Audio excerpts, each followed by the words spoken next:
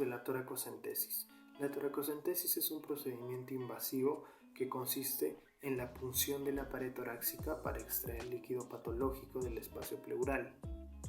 Esto podemos realizarlo con una aguja fina o con un catéter sobre una aguja. Esto dependiendo de la situación o el caso frente al que nos encontremos.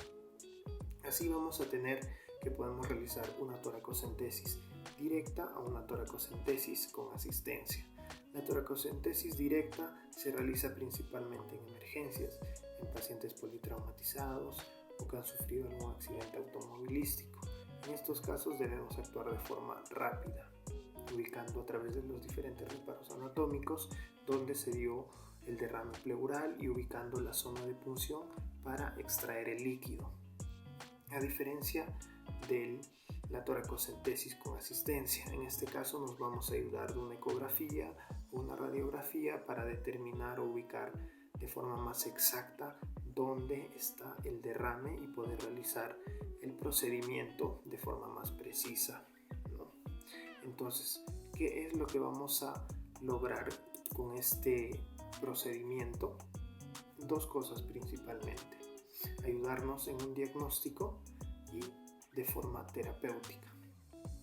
Como en un diagnóstico, determinando si es que este líquido es de tipo trasudado o exudado a través de sus características. ¿Qué características tenemos que tener en cuenta al momento de analizar este líquido? Ver los niveles de la LDH, lactato deshidrogenasa, proteínas, ver si hay presencia de algún agente infeccioso, puede ser bacteria, puede ser un hongo, y en casos un poco más graves, ver si es que hay presencia de células neoplásicas o cancerígenas, ¿no?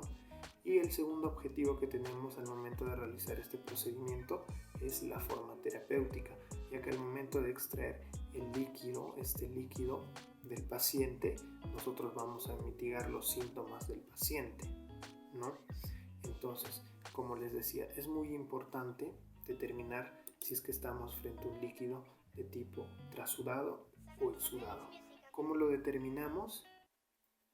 Hay dos formas. La primera es sabiendo que algunas patologías presentan un tipo de líquido característico. Por ejemplo, el líquido de tipo trasudado lo vamos a encontrar por ejemplo, en las patologías de insuficiencia cardíaca congestiva, principalmente en alteraciones renales, como en el síndrome nefrótico, en pacientes con cirrosis hepática acompañada de ascitis, en pacientes con embolia, en pacientes con mixedema. En estos casos vamos a ver un tipo de líquido trasudado, a diferencia de este otro grupo de patologías. Por ejemplo, en pacientes con tuberculosis, en pacientes con hemotórax, con quilotórax, vamos a encontrar un líquido de tipo exudado. Esa es una forma de determinar si estamos frente a un líquido de tipo trasudado o exudado, conociendo las patologías. Pero también hay otra forma, que es esta de acá, aplicando los criterios de Light. Para esto tenemos que conocer algunos parámetros, tener algunos valores, por ejemplo, proteínas, los niveles de proteínas, los niveles de LDH, los niveles, tanto de LDH en plasma como en pleura, ¿no? Entonces, una vez tenemos estos parámetros, nosotros los relacionamos viendo este cuadro que he puesto aquí. Entonces, tenemos tres parámetros y valores que tenemos que tener en cuenta para determinar frente a qué tipo de líquido estamos. Entonces, primero veamos el de tipo exudado. Por ejemplo, si es que tenemos valores mayores a 6 en la relación lactato deshidrogenasa pleura-suero, podemos estar diciendo que estamos frente a un líquido de tipo exudado. Lo otro es que la relación proteína pleura-suero esté mayor a 0.5, ¿no? El tercer parámetro, lactato deshidrogenasa en el líquido pleural, mayor a los 2/3 de este, es decir, mayor a 0.6. Ya nos estaría indicando que estamos frente a un líquido de tipo exudado, ¿no? Esa es una forma más precisa de determinar que estamos frente a uno de estos dos líquidos, principalmente conociendo el de tipo exudado, ¿no? Ya que el de trasudado sería menores a los valores que acabo de mencionar. Entonces, ¿por qué es importante reconocer si estamos frente a un líquido de tipo trasudado o exudado? Porque los líquidos de tipo trasudado principalmente se pueden tratar con diuréticos, a diferencia de los líquidos de tipo exudado que sí necesitan ser tratados con este procedimiento de la toracocentesis. Por eso es muy importante determinar frente a qué líquido nos encontramos para dar un correcto tratamiento. Bien, recordemos algunos reparos anatómicos a tener en cuenta al momento de realizar una toracocentesis.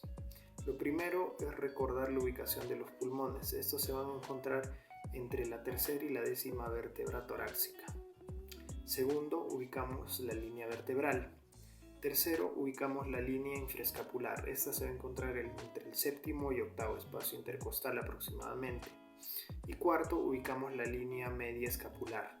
Esta debe estar de 5 a 6 centímetros de la línea vertebral. Entonces, una vez ubicados estos puntos, vamos a proceder a encontrar la zona donde vamos a realizar la punción. Nos guiamos principalmente por la línea infraescapular, ya que 2 centímetros debajo de esta vamos a encontrar el espacio preciso para realizar la punción. Recordemos que la línea infraescapular media se encuentra entre el 7º y el 8º espacio intercostal. Es más o menos por debajo de eso donde vamos a realizar la punción, pero no debemos pasarnos de la 9ª vértebra torácica, ya que podemos dañar si estamos en el lado derecho al hígado o en el lado izquierdo al vaso. Siempre tener en cuenta eso. ¿Y en qué casos no podemos realizar o en qué pacientes no podemos realizar este procedimiento? En pacientes que tengan valores de plaquetas por debajo de los 100.000, en pacientes que sufran alguna coagulopatía, en pacientes que hayan tenido o tengan un hematoma o equimosis de pared, o en pacientes con infecciones, por ejemplo en pacientes con celulitis o en empiema. En estos casos este procedimiento va a estar contraindicado, ya que puede haber cierto riesgo al momento de realizar este procedimiento. Soy el alumno Brando Hanampa Guevara. En esta oportunidad voy a hablar sobre lo que son los materiales que vamos a necesitar para realizar una correcta toracocentesis, ¿no? Como primero vamos a tener presencia de, como son las imágenes, gasas estériles. Vamos a tener presencia de un equipo de bioseguridad completo, ya sea un delantal estéril, un gorro estéril. También puede haber presencia de lo que vienen a ser los lentes, ¿no? Las antiparras, que se los conoce. También la presencia de los guantes, ¿no? Bastante importante en todo tipo de procedimiento. También tenemos lo que son los antisépticos para la zona. También los campos estériles simples y fenestrados, que son, como vemos, que tienen una apertura, ¿no? Para localizar el lugar exacto y evitar que se contaminen las demás zonas adyacentes, ¿no? También tenemos lo que es la lidocaína, la anestesia. En especial se usa la lidocaína del 1%. También lo que son las jeringas, tanto para esta anestesia, tanto para la propia punción y su consiguiente extracción, ¿no? del líquido que se va a retirar. También en algunos casos quizás se necesita alguna hoja de bisturí, un bisturí para el procedimiento. Luego, más importante aún, lo que tenemos son las vías de drenaje con llave de paso, que esta nos va a ayudar, ¿no? para un continuo drenaje de este líquido, ¿no? Que está abarcando el espacio pleural. También tenemos lo que son los tubos de ensayo, que son importantes, ¿no? para las muestras estériles que tengamos que realizar el correcto estudio, ¿no? y su correcta identificación. También tenemos lo que son los frascos contenedores al vacío, que por lo general se usan los de 1 litro de capacidad, ¿no? Ya que generalmente no es, bueno, en algunos casos sí, pero no es muy abundante este líquido, ¿no? Generalmente con 1 litro ya está bien, ¿no? También podríamos tener la presencia de una mesa regularmente alta, ¿no? Para que el paciente se coloque en una posición óptima. También tenemos lo que son los vendajes, ¿no? Para luego terminar del procedimiento. Y tenemos también, por último, no menos importante, lo que son los contenedores para los materiales cortopunzantes, ¿no? Que hayamos utilizado en todo nuestro proceso, ¿no? Mi nombre es Joan Hurtado y voy a explicar acerca del procedimiento de la toracocentesis. La toracocentesis es un proceso que se realiza para ayudar en el diagnóstico y el manejo terapéutico de pacientes que han tenido derrames pleurales. El proceso consiste en que después de que se anestesia la piel en la forma típica y se anestesia el tejido profundo, se debe insertar la aguja por encima de la costilla. Esto es más que todo para poder reducir la manipulación o la laceración del paquete vascular que está ubicado debajo de esta misma. A medida que avanza la aguja, se debe identificar el espacio pleural por la presencia de líquido pleural aspirado en esta misma jeringa.